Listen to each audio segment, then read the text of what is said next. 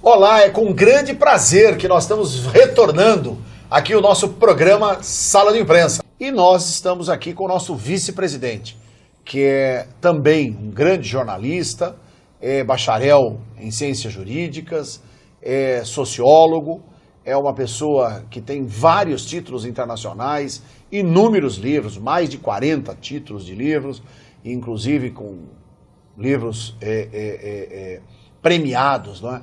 No Brasil e no mundo. É o nosso querido amigo César Romão. César, prazer estar aqui com você, meu irmão. Prazer é meu, Sérgio Redó. Obrigado. Parabéns pela sua audiência. É impressionante, a gente faz o programa aqui, depois naquela semana recebe uma avalanche de e-mails nas mídias sociais. Que bom. Isso mostra a sua audiência, a sua competência, o seu sempre talento. A qualidade dos meus entrevistados. César, na verdade, eu acompanhei, o César tem uma passagem muito legal, que eu vou voltar aqui alguns anos atrás, eu não vou falar tantos anos. 25. Olha lá, 25 anos. Eu conheci o César assim. Nós estávamos no Maxud Plaza. Isso.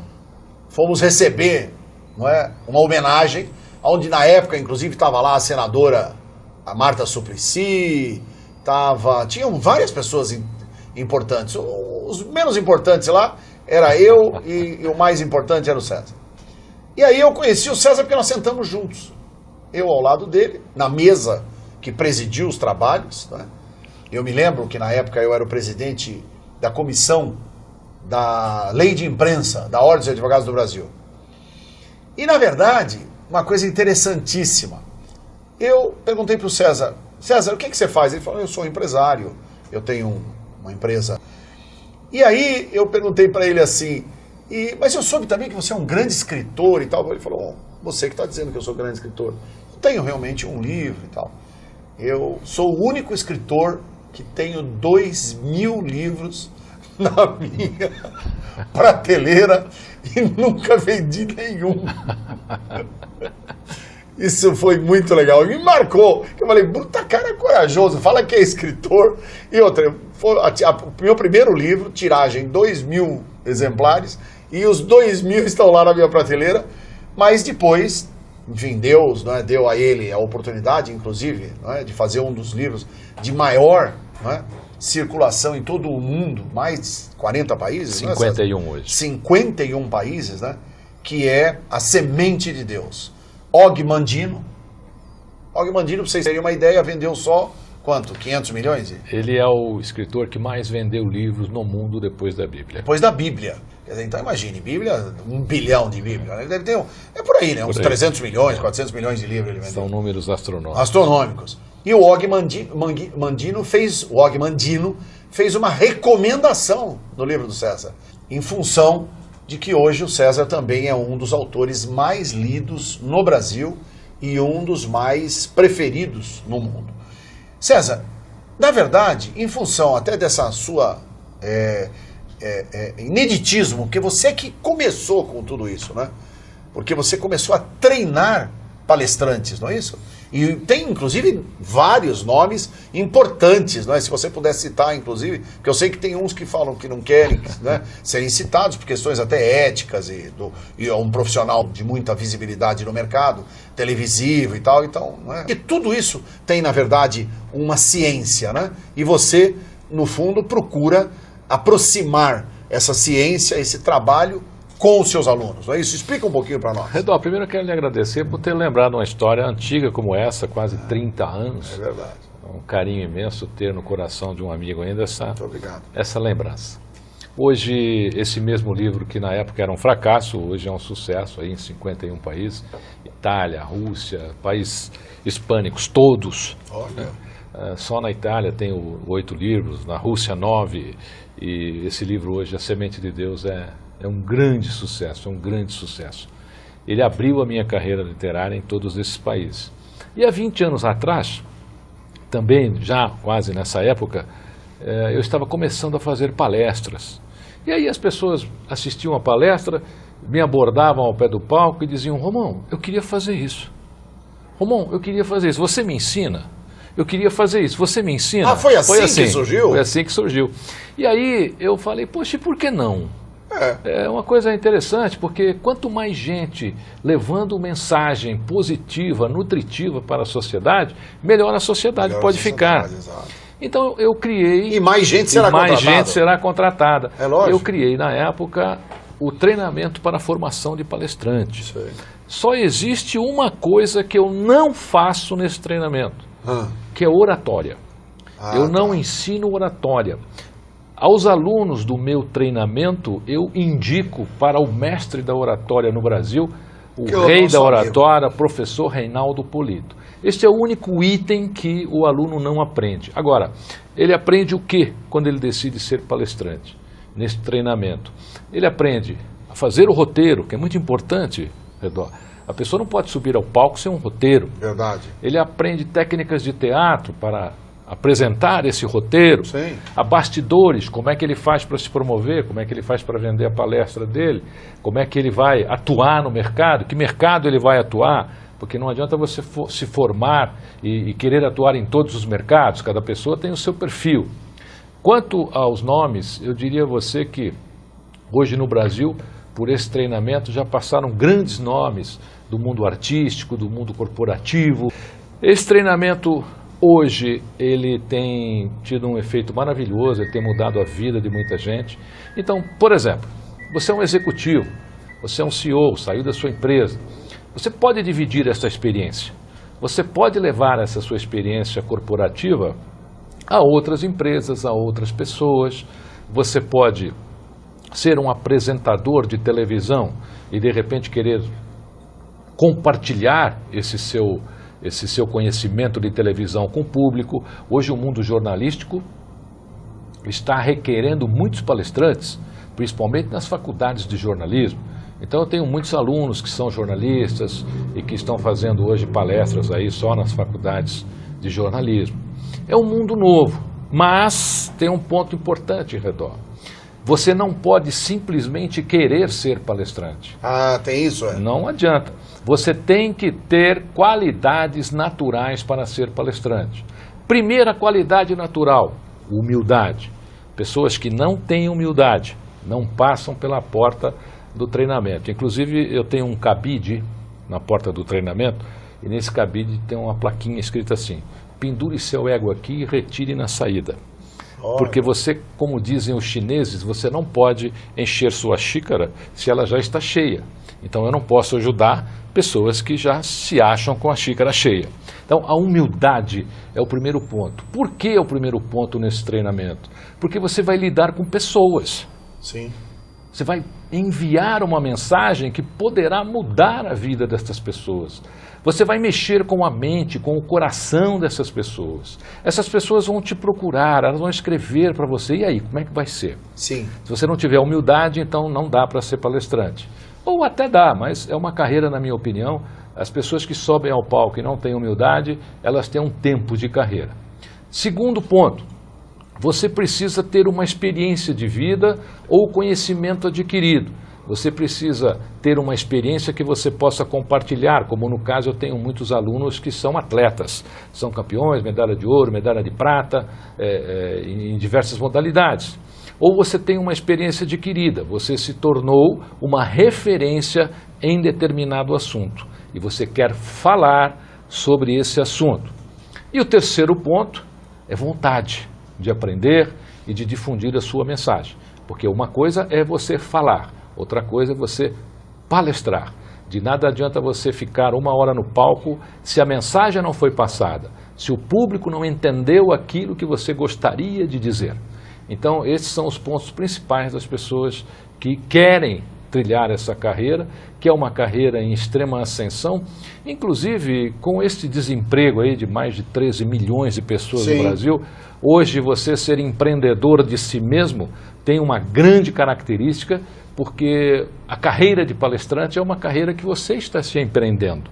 E por falar em empreendedorismo, eu tenho dito às pessoas, Redó, que para elas começarem a empreender, elas precisam ver aquilo que elas fazem de melhor e olhar e ver quem é que está dizendo que ela faz aquilo melhor. Então, eu faço um bolo bem. Se 3 pessoas disseram que seu bolo é bom, pode começar a vender bolo. Você conhece bem o nosso querido sobrinho, O Igor da 3 Uniformes. Sim, lógico. Fazia bem uniforme, começou a fazer uniforme. Hoje é um super empreendedor. A 3 Uniformes é uma das maiores empresas de uniforme do Brasil. Faz uniformes, camiseta. Por quê? Porque ele fazia bem algo e alguém disse que ele fazia bem algo aquilo. Às vezes o mundo nos dá esses sinais. É verdade, é verdade. E você tem que aproveitar. Isso é muito importante.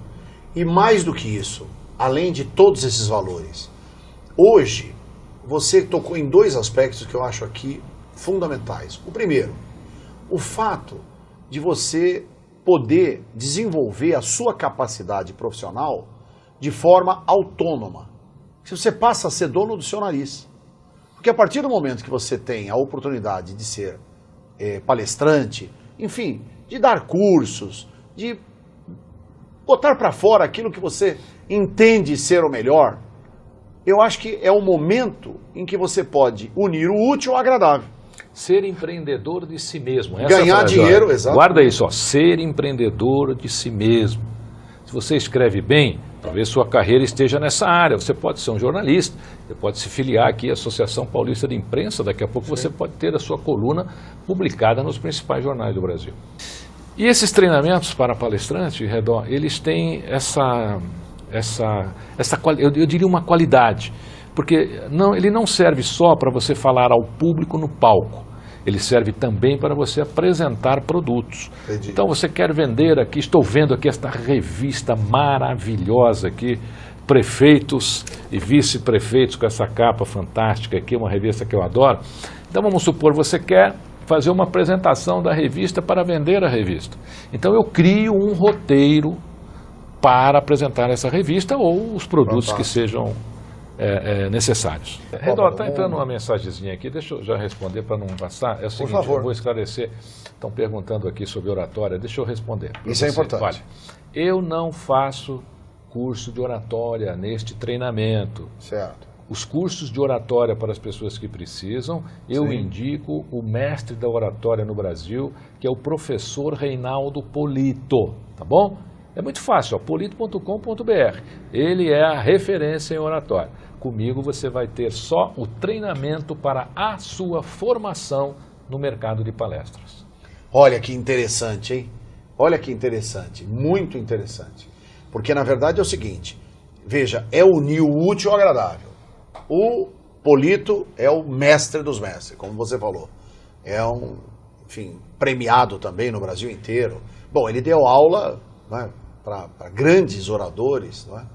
E também... Não há quem não foi treinado em oratória pelo professor Reinaldo. Exato. Uma vez, doutor César, nós estávamos juntos, inclusive, estávamos na HSM.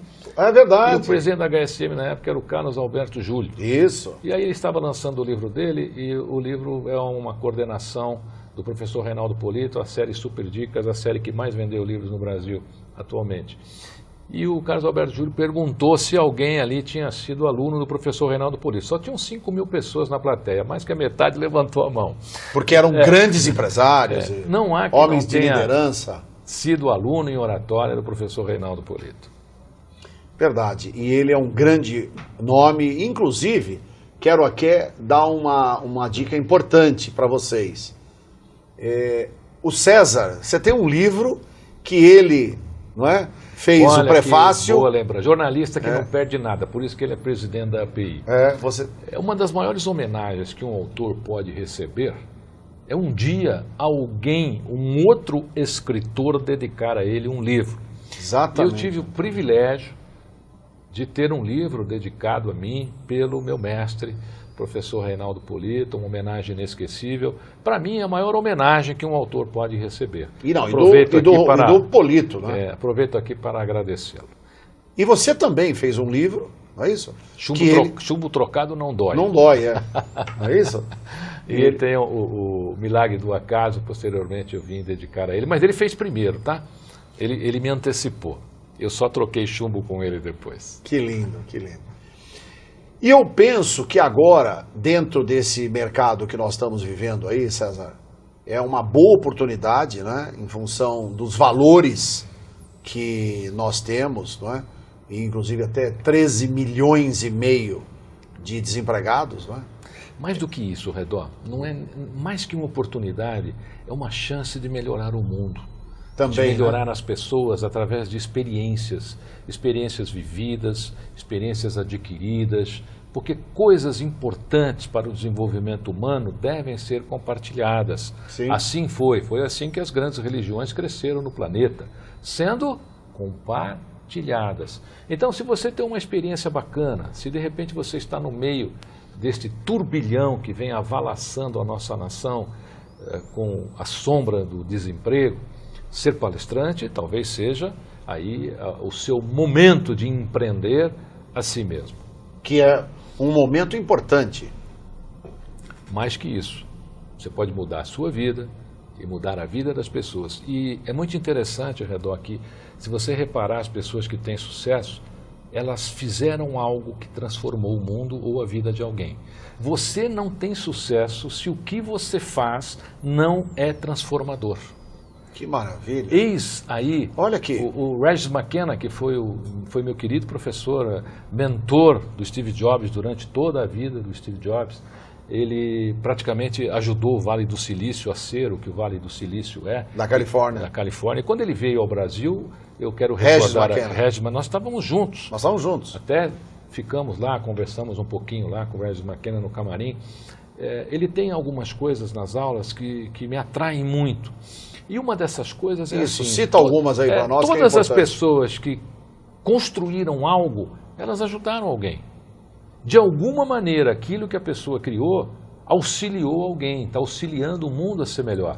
O Steve Jobs, que é o grande exemplo, veja só que mudança ele fez no universo. Como ele e outros empreendedores. Agora, você só consegue isso se você empreender a si mesmo. Entendi. Se você for uma pessoa que coloca em prática suas ideias, seus pensamentos, e lembrando o seguinte, tudo é muito rápido hoje. Então nós precisamos criar coisas para essa geração que está aqui, essa geração de mudança, essa geração moderna. O que os jovens vão ler amanhã?